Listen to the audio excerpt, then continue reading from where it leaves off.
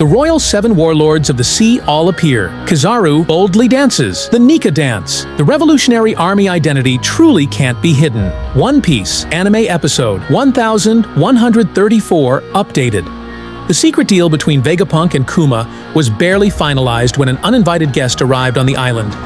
Naval Admiral Kizaru came to supervise the port under orders, accompanied by Marine soldiers.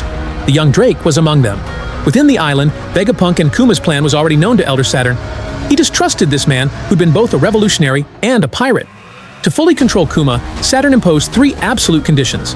First, join the Royal 7 Warlords of the Sea. Ace recently defeated Shichibukai Jinbei, creating a vacancy. Kuma's strength made him a perfect replacement. Second, undergo cybernetic modification to become a human weapon for the Marines. Third, to prevent Kuma from using his modified power to aid the revolutionaries, he must discard all thought and self, becoming a war machine that only follows orders. Vegapunk's rage peaked. He shouted that this was equivalent to killing Kuma. Just because other warlords couldn't be easily controlled, they bullied an honest man relentlessly. Though furious, Vegapunk was powerless. Kuma covered his face, seemingly struggling. Yet moments later, he wept tears of profound gratitude. For this father, countless past despairs existed for this single hope. Sacrificing himself for his daughter's health? He would do it. In that instant, both Vegapunk and Kizaru were moved by Kuma's paternal love. But the cold-blooded Saturn only cared how soon Kuma could be made obedient. Vegapunk stated modifications would take about 2 years. Bonnie's blue sapphire scale disease required 6 months of surgery and 1 year of recovery. To tightly control Kuma and prevent betrayal or escape, Saturn proposed holding Bonnie hostage under CP agent surveillance during this period, forbidding father-daughter contact. If terms were violated, Bonnie would become a slave in Mary Juiz. Kuma refused to let his daughter endure his own suffering.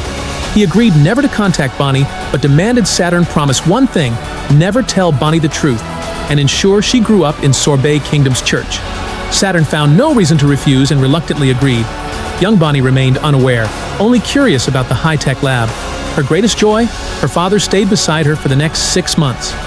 Vegapunk became nearly manic in research mode, new inspirations flooding his mind constantly.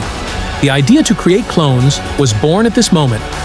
Kuma and Bonnie lay on cold hospital beds, one stepping toward rebirth, the other toward death. For Bonnie, these 6 months were her happiest ever. She made her first friend Sentomaru, with her father always nearby. She felt like the world's luckiest child. Kizaru, tasked with supervision, became Kuma's close confidant. They laughed together over meals, even dancing the Nika dance after feasts. Proof even admirals yearned for freedom. 6 months passed. Bonnie recovered significantly. 1 more year would cure her completely. Father and daughter returned to Sorbet Kingdom with hope and smiles. Villagers awaited them at the church. Amidst the warmth, Kuma prepared to leave. He offered little explanation, only citing his pirate status, preventing a long stay. He'd be at sea for a year. Suddenly, CP agents arrived. Agent Alpha announced she'd oversee Bonnie's medication. Crushing a small stone, she warned Kuma to honor his pact with Saturn. Kuma ignored her, gently touching Bonnie's forehead once more. Though his heart ached, this farewell wave meant no turning back. Soon after, news shook the entire new world. Tyrant Kuma joins Royal 7 Warlords. Simultaneously, various powers took interest in Kuma, but Dragon frowned in silent contemplation. Kuma now sailed a small boat, drifting across the sea. He wrote Bonnie a letter, then sailed resolutely toward East Blue. A boy in Windmill Village was someone he had to see. The gears of fate began turning.